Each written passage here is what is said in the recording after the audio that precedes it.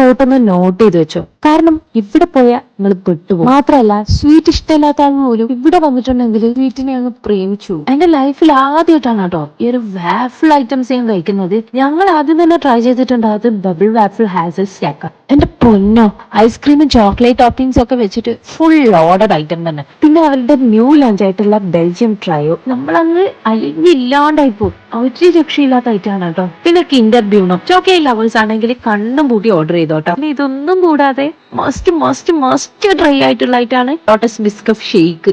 എന്റെ അമ്മ ഒരു രക്ഷയില്ല കേട്ടോ. പിന്നെ ഈ ഒരു waffle kunafa bowl pistachio Nutella mixed ആയിട്ടുള്ളതാണ് കേട്ടോ. അതും ഒരു രക്ഷയുണ്ടായിട്ടില്ല. നോർമലി ഞാനൊരു സ്വീറ്റ് ലവറേ അല്ല. സ്വീറ്റ് ലവർ അല്ലാത്ത എനിക്ക് ഇത്രയും ഇഷ്ടമായിട്ടുണ്ട്. സ്വീറ്റ് ലവേഴ്സിന്റെ കാര്യം പറയണ്ടല്ലോ. ഇതെന്റെ ജെന്യൂൻ ആയിട്ടുള്ള റിവ്യൂ ആണ് കേട്ടോ. അപ്പൊ ഈ ഒരു സ്പോട്ട് ആരും മിസ് ചെയ്യേണ്ട മസ്റ്റ് ട്രൈ ആയിട്ടുള്ള ആയിട്ടാണ്. അപ്പൊ ഇതിന്റെ ലൊക്കേഷൻ വരുന്നത് പള്ളിത്താഴ റോയൽ എൻഫീൽഡിന്റെ നേരെ ഓപ്പോസിറ്റുള്ള ബ്രൂ ആൻഡ് ബാറ്റർ.